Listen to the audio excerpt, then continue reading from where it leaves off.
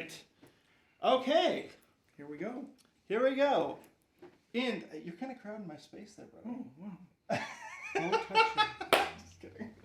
All right. Hey, guys. How's it going? Thanks so much for joining. I'm Elliott Graber. We are at the Artist Podcast Journey today with the one and only Mr. Jimmy Keebs. Hey! How's it going? Jimmy is an executive producer, actor, beer aficionado, and a tour extraordinaire of historic St. Paul breweries. And he has a wonderful... I read that. It's all true. that true? Yeah. I wrote it all down like 5 minutes before we got to so it. Really I have big to make type, sure. too. In like big... Let me... He's also the executive producer of In Harm's Way. He makes appearances in Finding Jimmy, Steel Vengeance, Problem Solving the Republic, also known as American Rescue Squad. And you may have even seen him in one of Mr. Landyn Banx's music videos. Yes. Oh, that Christmas music video. Oh, my God. Dark days! Oh, dark days! I drove people nuts with that saying. Yeah. Well, first of all, let me say, gentlemen, thank you so much for joining, and cheers. Cheers. To everyone. This is... it's kind of a great reunion to be here in 2021, celebrating each other. So tonight is for Jimmy. Yes. Woohoo! Why, I don't understand. Me either. Nobody does, Jimmy. Nobody does. Nobody knows who you are, that's why. Oh, man. Okay, I'll pretend I didn't hear that. So, Jimmy, you're from... Scoot over, you're hogging my camera. Oh. You're Again? Yeah. Jimmy, you're from Pine City. Am I right about that? Originally, yeah. Yeah? Okay. How big of a town is that? About 3,000 people. 3,000. Yeah. Okay.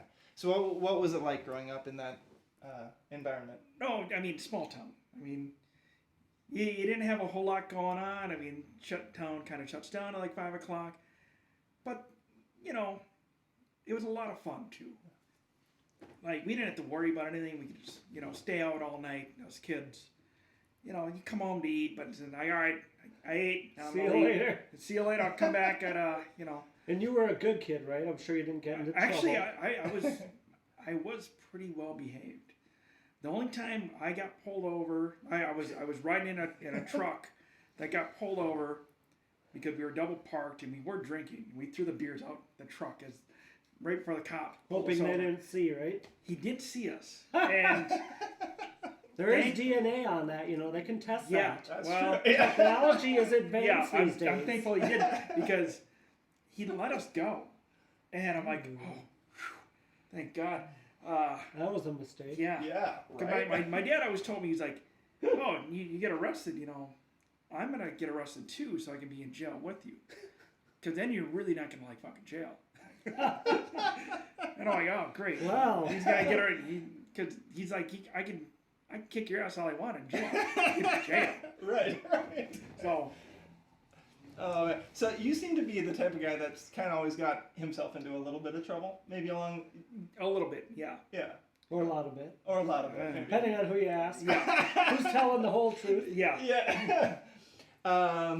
So anything from like throwing, bottles with gasoline onto the highway or burning down barns or something?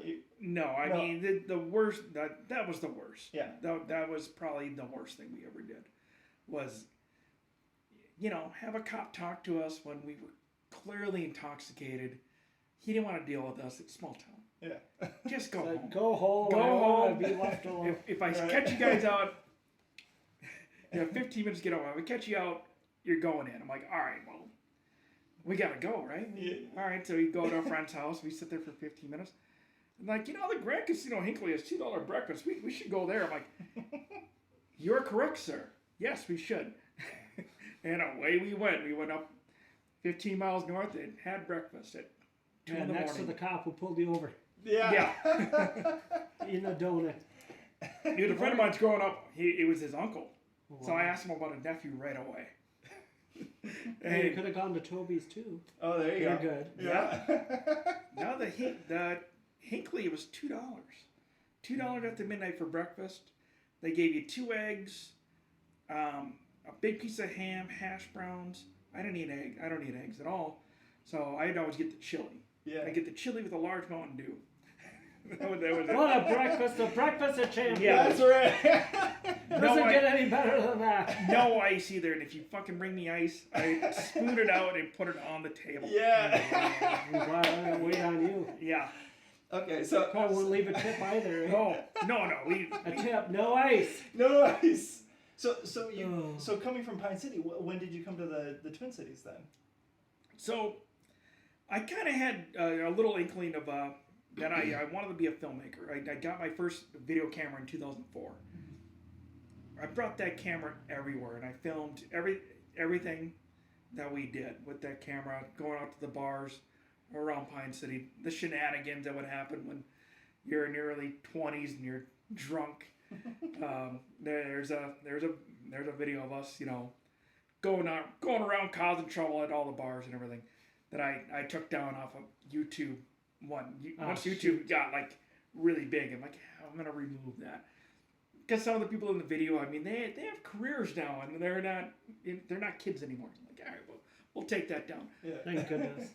Right. But we shot our first short up there randomly on like a Saturday, and it was like a very short 5-minute thing. All right, well, started thinking about it. I'm like, I kind of want to do this. So I moved down to Roseville in 2005. And I finally got into the film school at MCTC in 2007. And I'm like, all right, I'm going to go to film school. I'm going to go to college. I had never gone to college. I've always had a day job where I didn't need college. I made pretty good money, working this day job, which I'm going on my 20th year, June 4th. That's good. You hear it, guys. It's never too late to go to school. Yeah, please. True. Yes. Please go to college for whatever you like to go for. So for those of people who don't know about MCTC, I think we've all had a little experience with MCTC. What is MCTC and how is that affected? So MCTC, the Minneapolis Community and Technical College, I think they call it something else now.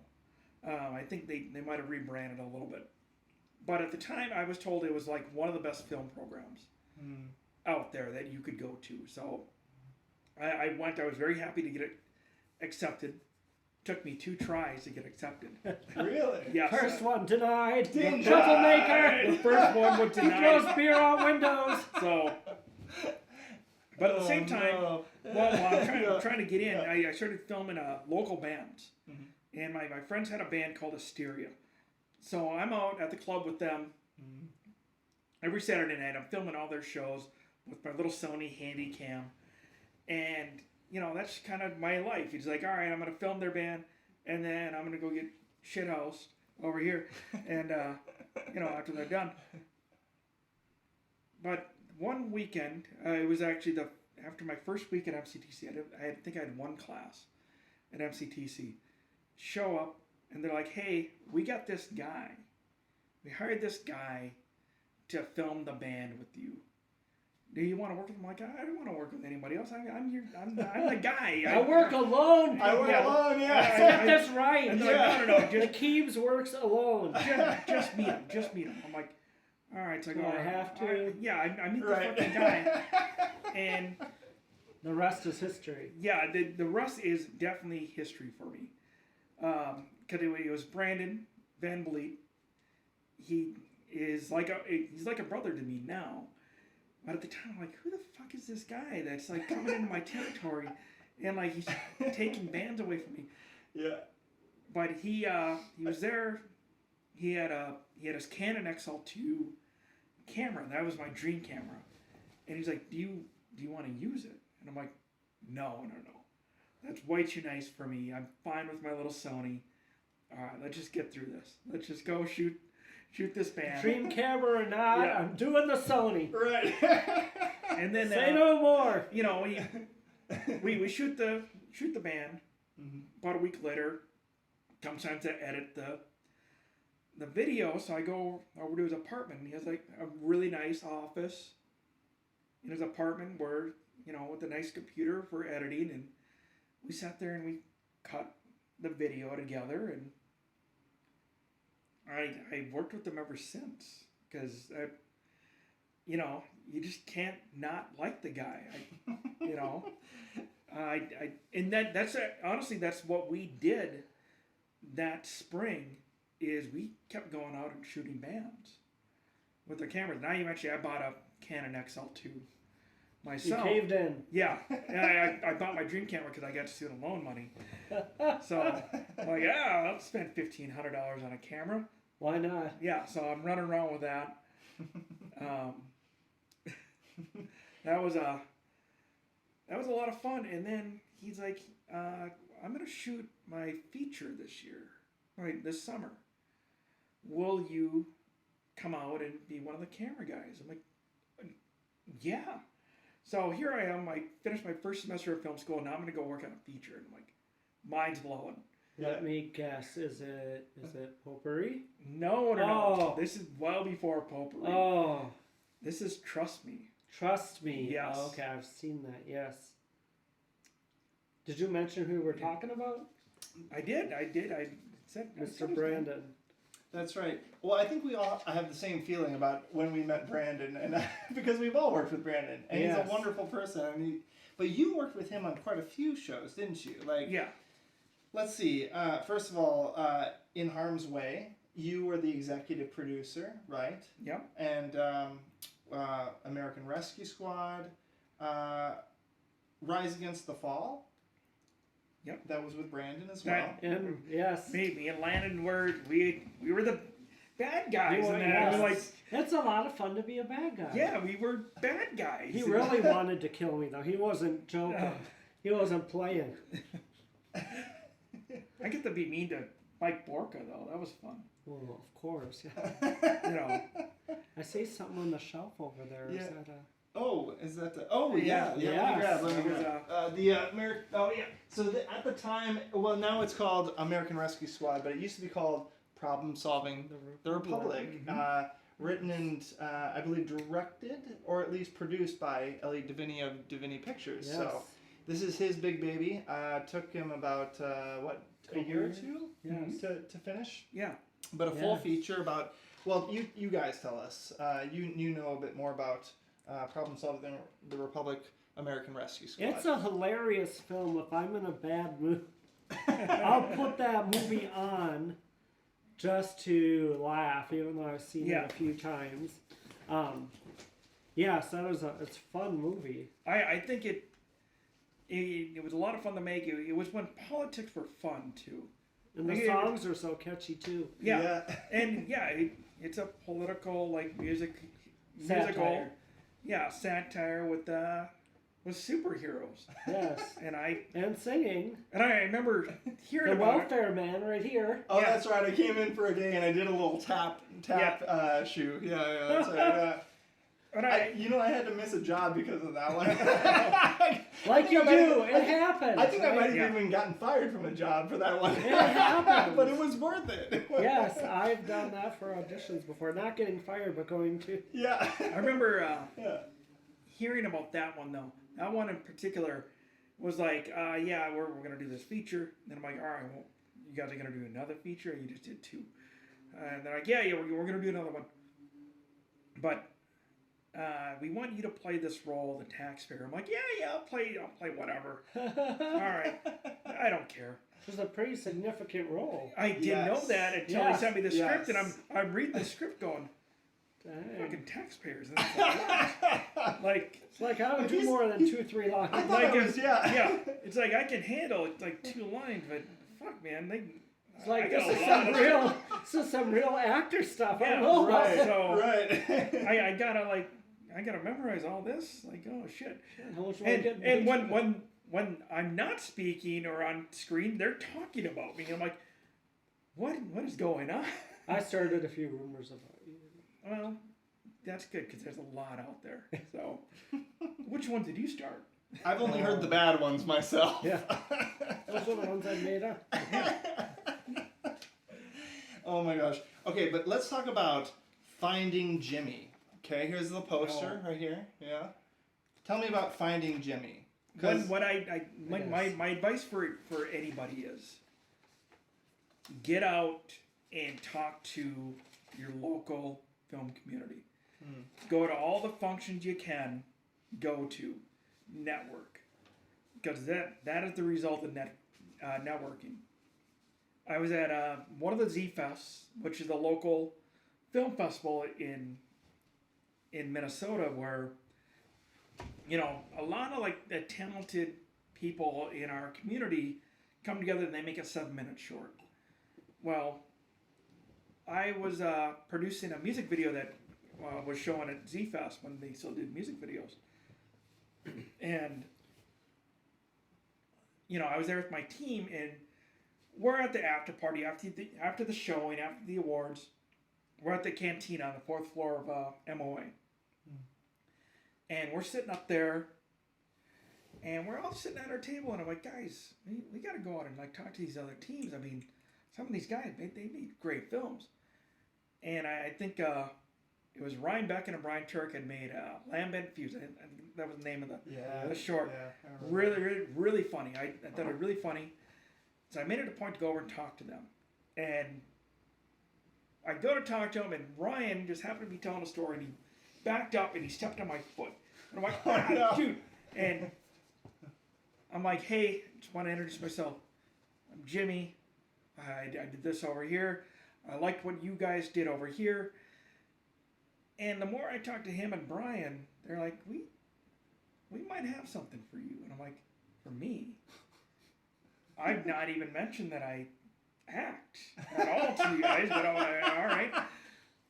The shoe fits. Right, yeah, well, if the shoe fits, I mean. A few weeks later, I get a an email with a script, and it's for Finding Jimmy, and I'm reading the script going, oh, this guy's kind of a fucking nerd, which I'm not. I'm not at all a nerd. Not at all. In my opinion, I'm not a nerd. And I'm like, hey, I love the script, but can we call it anything else? Yeah, I mean, call my character any other name but Jimmy. And like, yeah, we'll see if you get the part. I'm like, oh shit, I don't even have the part yet. Yeah, maybe this isn't the part about of myself. Like, never assume. Yeah, never Exactly. assume, right? So I show up to my audition, which was actually more of a screen test with Carrie Ann Craighead, who plays opposite of me in Finding Jimmy. And I worked with Carrie Ann in Problem Solving Republic. Loved her part in that. Yeah. Yes. Is this her right here? Yeah. Is that right? That's Carrie Ann? I mean, I even recognized her from just the drawing. Yeah, so. that is Carrie Ann. I think she's hosting radio now in Rochester, isn't she? Yeah. Oh, That's the last I heard. really? Yes, she's on a radio. Radio in Rochester. Yes. So I've worked with Carrie Ann and Brandon, of course, and I've worked with Ryan Becken and Brian Turk also. Yes. So all great You were in their people. Z-Fest last year. That's right. Yes. So In so place of me. Well, what was that? Well, listen, man. I told them your rate, and they were like, "We can't spend $2,000 a day. Okay, we can't." Listen, and we can't afford, to have all this these drugs on set. We can't afford to have, the strippers, all these things, right? When you have the set, there are Yeah. there's a lot of contract is there's a lot of things that keep me up and keep me down. And he has to be just so in order to work. So to perform. Yes. But what was that experience like with Finding Jimmy then? Like when you finally did do the role with those guys? Oh man, it was like nothing I'd never experienced with, because I'd never worked with these guys before. Yeah. So I show up on set the first day, and they have like camera tracks set up, for doing dolly shots, and I'm like, the fuck am I? Like the guys I worked with before, I mean, they're using like skateboards and shit. Like, these guys have like gear. The secret is out. And we're shutting down a gas station for my opening shot. We're shutting down a gas station. People need to buy gas. Like, you can't just shut down gas stations. And actually, you can, and they did. Yeah, and they totally did. And I was blown away by that. I'm like, for little old me, they're shutting down a gas station. Okay. Yeah, and it was a lot of fun. What I say about Finding Jimmy is, what's weird is the guys that played my friends, I'd never met them before. But the people that were kind of like my enemies or my antagonists, they were all my friends. because Shannon's in there, Doug Sidney's in there. Me and Doug we were in Potpourri together. I mean, we had a scene together. me and Shannon, we're best friends, and we had the legendary scene in Steel Vengeance together. I mean, so yeah, all these other guys like I'd never met, and I never really I wasn't on camera with them until I think the second or third night. Cause we did it mostly like shooting at night. Yeah. We did. I don't think we did any day stuff. And it was just kind of fun to go around St. Paul and shoot. But what sucked though is I was also moving at the same time.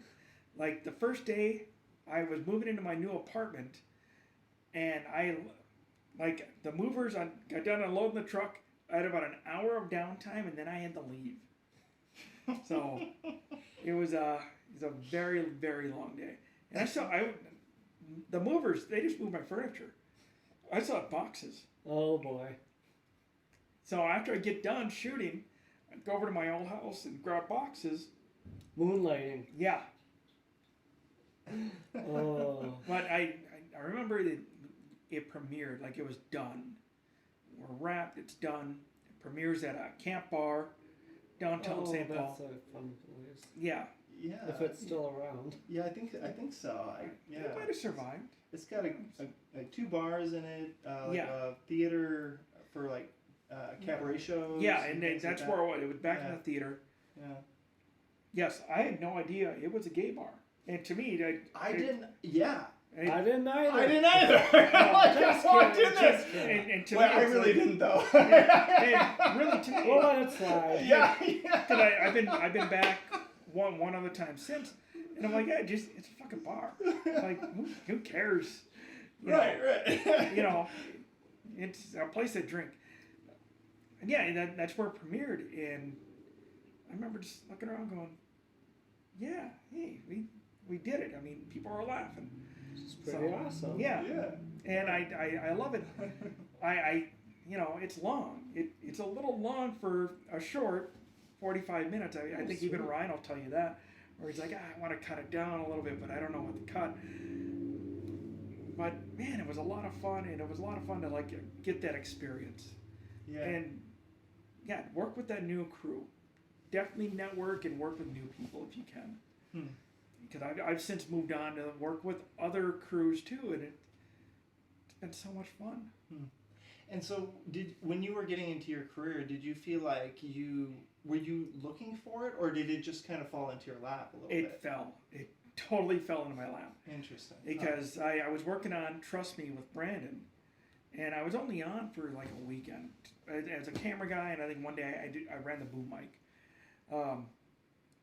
And then I didn't come back until like later on, like months later. He called me up randomly because we weren't that close then. And he's like, I got a part for you and Trust Me. And I'm like, part? I'm not an actor. Like, what are you talking about? So. But I can be if the money's right. Yeah. Right. And he has me play this cop. So I play this cop in Trust Me. And I'm like, okay, I can do this. You can see it too. Like the first shot is the first shot that we shot is the first shot of me on camera too. Is pretty much a POV of my face, and you can see when this apartment door opens, my eyes just get really big because I am terrified that I'm gonna mess up. I'm gonna forget my line, and it was one line, and it's like. Blah, blah, blah, I'm so-and-so, here's my card. And I pull out a fucking card out of my pocket. All right? End of my little scene. And how many takes did it do to get that? Probably 4 or 5. Okay. Not bad. Yeah. Oh, I did 17 one time. Yeah. Did you? Yeah. Finding Seems about Jimmy, my normal. there were a few scenes where I could not remember my lines.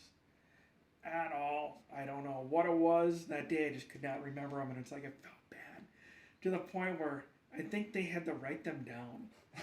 Cue cards. Yeah, they had to give me Never cue go cards out of style. because I'm like I cannot remember this line of dialogue, and it sucks that when you get in that moment where you just can't remember. Like, why did we hire this guy again? Yeah, it's a lot of pressure, right? especially you're like, okay, I showed up to set. I looked at the lines like 2 minutes ago. Why can't I remember the line? Well, with PSR, the way I did it was I wrote all of them on note cards, and there was a day where my stuff was split up over like multiple scenes. So like we had like a little break while we brought in another actor to act with me. So I would run these lines, and I'd memorize this section, say my lines, and then I after we're done with the scene, I'd toss the card away. I don't read this anymore. Yep, and I'd be like, and then I picked them up at the end, so I kept them as a souvenir. It's sold them on eBay, right? No. I could. You'd probably buy them. You'd probably buy them. Yeah, what? Here, Mr. Keebs. Yeah, sir. So let's we've talked a little bit about your executive producing career and your acting career, but let's talk a little bit more about your work in the brewery field.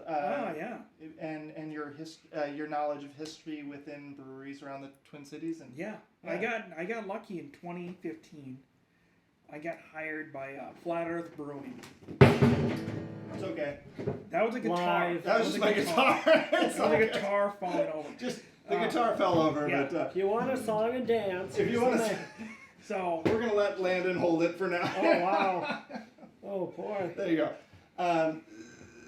So was when you got into when you started working at Flat Earth Brewery, and I think we knew each other before you started working there, right? Totally. Yes. Yeah. By Yes, that what time. set did you two meet on, or how did you two meet? No, we met at Elliott Graber's. Okay. Yeah, I think so. Or was it Sure Shot? Was it Sure Shot? No. It was Graber's. That's when I met Landyn, I think. Yeah. No, I wasn't on Sure Shot. And You wasn't? we weren't even shooting anything that day. Or maybe we were shooting something and we'd wrapped. All I know is that there was another Elliott in the house. Uh-oh. And Elliott Squared, is that like Elliott Squared, that's Yeah. it. Yeah, Elliott 1 T, Elliott 2 T's. Is that what they said? Yeah. Still and confuses me. the Vinny's parents, they had a nice piano, and you sat down at the piano and started playing. Yes. And I'm like, all right, this guy knows what he's doing. This guy can play. Well, let's not go that far. I don't know. This guy can play. So, yeah, that was like the first time I met you. And then, like, you moved to LA for a bit, and then you came back, and I think it was for like Z Fest or something. One of the screenings for maybe Z Fest, we ended up sitting next to each other. That's right. And I just saw you on an episode of Modern Family, like not too previous to that.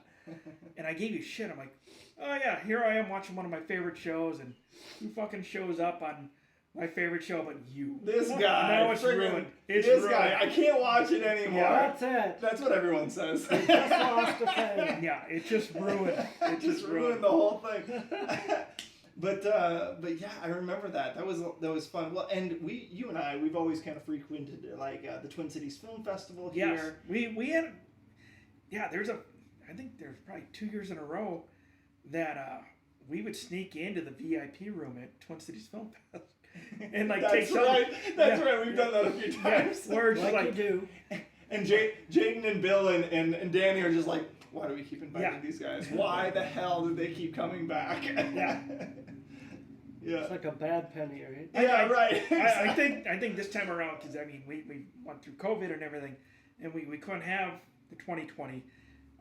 I'll buy my way in this year, but 2019, yeah, I might have been in the VIP room talking about both those guys, in the VIP, and they had to have known. They had to. Oh, they knew. They knew. They're just like, whatever. We're too tired. A blind eye. Yeah, they're like, we're too tired. We can't anymore. You know? Security thinks we're crying wolf. Yeah. It's crazy. But yeah, I mean, we'd hang out there, and then when I got the job at the brewery, we started doing live music, and I hired you out to do live music. That's right. Yes, and I And appreciate that. you came out to play for us a few times. Yeah, you played one of my parties there. That's right. Yeah, we played your birthday, right? Yeah. Yeah, your birthday party. I loved it. Yep. Yeah, that was so much fun. So. Yeah, it's a lot of fun, to have people that playing music, because it's a lot better than just playing the stereo or whatever. So, and you made money off it too. So. Well, yeah, just in what's the say? Hookers and blow? No. Yeah. So, okay, so yes, so I got to know you even better then, and we had seen each other in 2 different markets at that point. It was like we had seen each other in the film industry, and then now in the brewing industry. And you taught me a lot about the process of brewing, and you've taken me through a lot of the tours there at Flat Earth Brewing Company back in the day, which is now St. Paul Brewing. Yep. And then also at 11 Wells Distillery, which is right across the street. Yep. And now, that's not where I'm at on like Friday nights. I'm usually at 11 Wells. I give tours, and I don't know that much about distilling. So what I do you know. fooled me when you gave me the tour. Yeah. Yeah. Well, I try to like give the gist of it. What I do know. What I do know though is the history of those buildings, and that's really what's drawn me back. Is those buildings. Those are historic buildings. They're part of the Hams Brewery complex. Some of the oldest buildings go back to 1865. That's awesome. Hams ran for 100 years before it was sold off. And now I think it's brewed by Molson Coors. I think that is the main name. I think at one time it was Miller Coors. And you can still buy Hams today, which pretty much all I drink these days.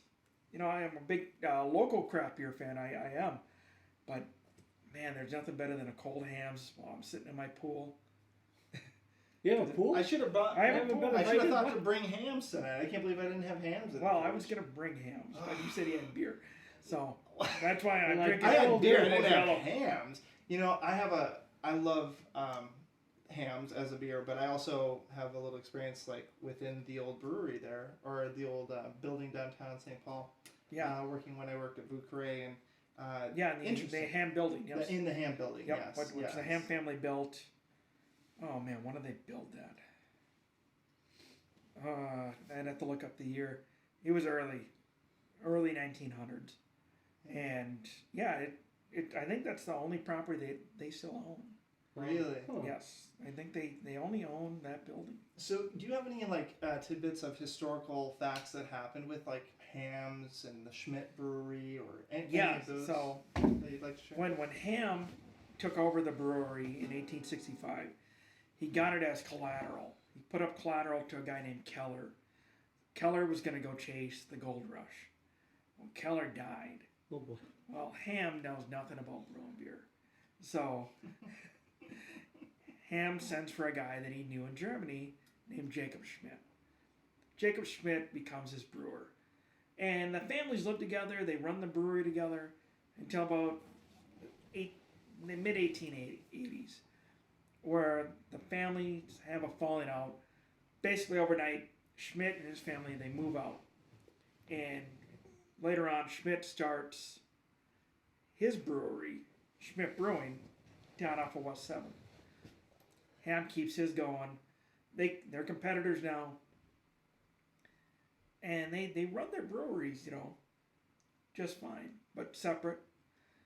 One other thing that I always like to point out is that there's the Ham's kidnapping, which I bring up, and people are like, what is that? Yeah, what is that? Tell us about that. So, what people don't know is that St. Paul was a haven during Prohibition for gangsters.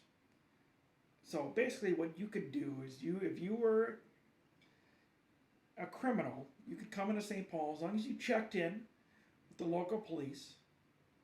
You were free. They weren't going to arrest you. You just couldn't commit any crimes in St. Paul. Huh.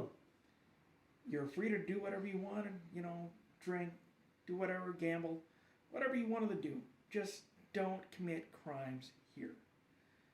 All right, well, Prohibition ends. So a lot of these bank robbers, bootleggers, they need a way to make money. Well, they're kidnapping. We'll kidnap people. So I think it's June 15th, 1934. William Ham is walking to his house. His house is up on Greenbrier, up the hill from where my old brewery, St. Paul Brewing, is now. There's a big mansion that sits on what is now Sweet Hollow Park. Okay. There was a big mansion up there. Well, he cuts across the street at Minnehaha and Greenbrier, which is now the alleyway to get into St. Paul Brewing. He crosses the street. Somebody goes, "Excuse me, Mr. Ham?" "Yeah, that's me." And they bundled him off into a car Oh boy. and kidnapped him. They had him write a ransom letter for $100,000, Wow. and he named his sales manager as the recipient because he knew he would do right by him. Okay, yep. They held him first in Wisconsin, then in Illinois. Hmm. I think it was after like 4 days they finally released him. The sales manager was told, "Here's what you're gonna do. You're gonna drive this car with no doors on it, with a red light hanging in it, so we can see that nobody's in there. You're gonna drive north on Highway 61 until a car flashes their lights at you. Then you're gonna stop. You're gonna leave the briefcase in the middle of the road. You're gonna turn around and go back." So he gets just south of Pine City, my hometown. Gets flashed by the lights. Puts the briefcase down, drives back. And then they released him around like Wyoming, Minnesota, just north of here. Unharmed. But he was changed forever. He was a very outgoing guy before that, but he was more of a recluse afterwards. That would do it to you. Wow. One of the guys that got put up on trial was originally from my hometown. Oh. Really? So it's like I kind of got to point my finger and go, "Yeah, it was probably you." It's a bad boy town. I guess. Yeah. Watch out for them Pine City boys. If you guys want to know more about the Ham's kidnapping, my friends Bick and Cynthia Smith do a tour Saturday and Sunday in downtown St. Paul. They do a gangster tour Oh wow, that's called interesting. Sin City Tours. Yes. I've always wanted- SYN City Tours that you can go check out. I took the first one on Easter Sunday, loved it, blown away by the amount of like scum and sleaze. That'll You do just- it. Let's do it. Please. Just to That's how we ooze. do things here. Used to just ooze to the city of St. Paul. Yeah. What can I get you? Some scum and some Yeah. sleaze, please. Right. I highly recommend taking their tour because, man, And who is this again now? this is Bick and Cynthia Smith. Okay. Mainly Cynthia. Cynthia came up with it, and I think Bick is now doing a lot of like the extra tours because they have so many.